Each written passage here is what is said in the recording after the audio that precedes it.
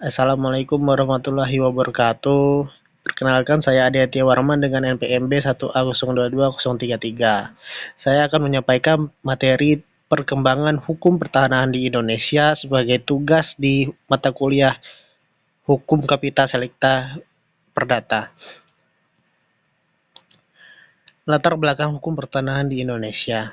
Asal usul sebelum adanya UPA, pertanahan diatur oleh dasar hukum pertanahan yang bercampur oleh hukum adat dan hukum-hukum yang dibawa oleh bangsa-bangsa Belanda di zaman kolonial. Peran tanah.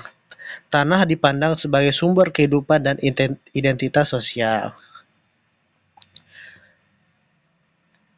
Era prakemerdekaan, hukum adat dan pengaruh kolonial.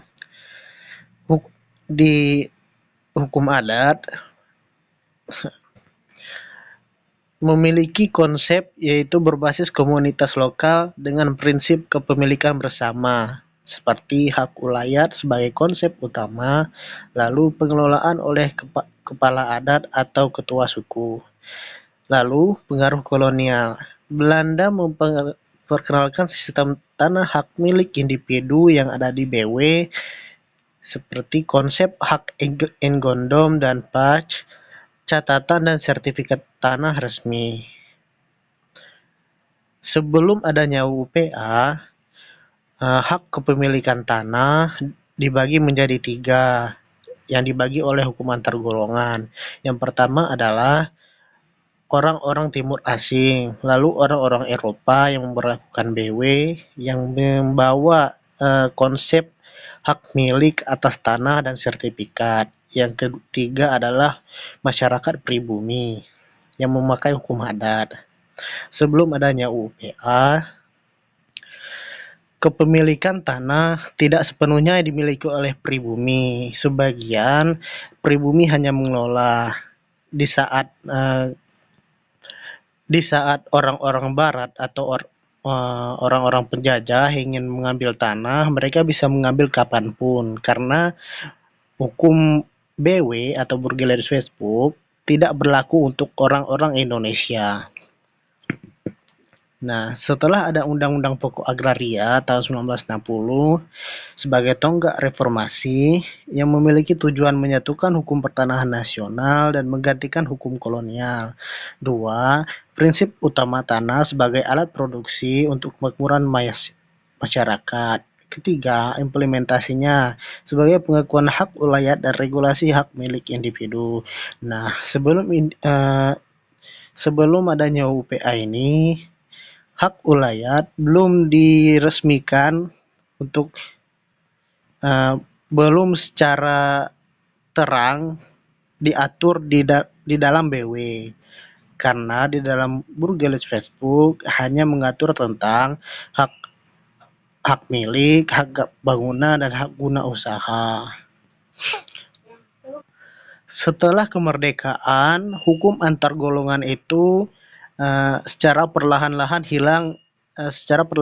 pudar dan menghilang. Yang awalnya dibagi menjadi 3 dengan Undang-Undang UPA menjadi penyatuan hukum pertanahan nasional, sehingga yang awalnya orang-orang asing bisa memiliki hak atas tanah berubah menjadi hanya orang-orang pribumi atau orang-orang asli Indonesia yang bisa memiliki hak atas tanah tersebut. Lalu perkembangan hukum pertanahan pasca UPA.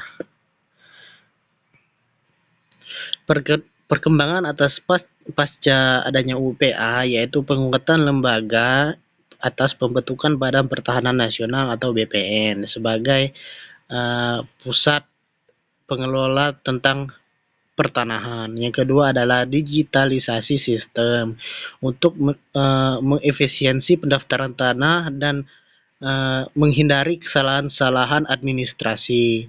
Yang ketiga adalah revisi regulasi untuk penyesuaian atas perkembangan sosial dan ekonomi.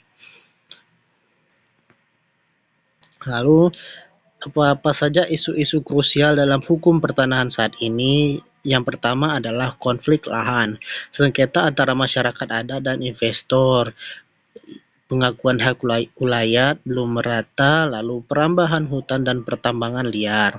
Yang kedua adalah ketimpangan akses, tantangan dalam distribusi dan kepemilikan tanah, konsolidasi lahan-lahan kecil menjadi besar, dan ketidakjelasan sertifikat tanah. Lalu, bagaimana contoh-contoh implementasi hukum pertanahan saat ini? Yang pertama adalah reforma agraria, distribusi tanah kepada petani miskin guna mengurangi kemiskinan, atau negara memberikan hak pengelolaan tanah untuk masyarakat ataupun baik perusahaan-perusahaan yang memberikan tanah atau tanah-tanah yang diberikan perusahaan atas HGU untuk masyarakat atau juga disebut tanah plasma. Yang kedua, pengakuan masyarakat adat, perlindungan hukum atas wilayah adat dan sumber daya alamnya. Yang ketiga, digitalisasi sertifikat untuk meningkatkan transparansi dan efisiensi pendaftaran tanah serta mengurangi dan mencegah kecurangan-kecurangan atas yang menimbulkan sengketa-sengketa atas tanah. Kesimpulan terhadap perkembangan hukum pertanahan, yaitu pertama, perkuat perlindungan masyarakat, untuk masyarakat adat, pengakuan dan penegakan hak ulayat secara konsisten. Yang kedua, modernisasi sistem hukum, digitalisasi dan harmonisasi regulasi pertanahan. Yang ketiga, pengelolaan yang berkelanjutan sehingga timbullah integrasi prinsip keberlanjutan dan keadilan sosial. Sekian presentasi saya ucapkan terima kasih kepada Pak Dimas yang mengampu mata kuliah Kapital Selekta Hukum Perdata.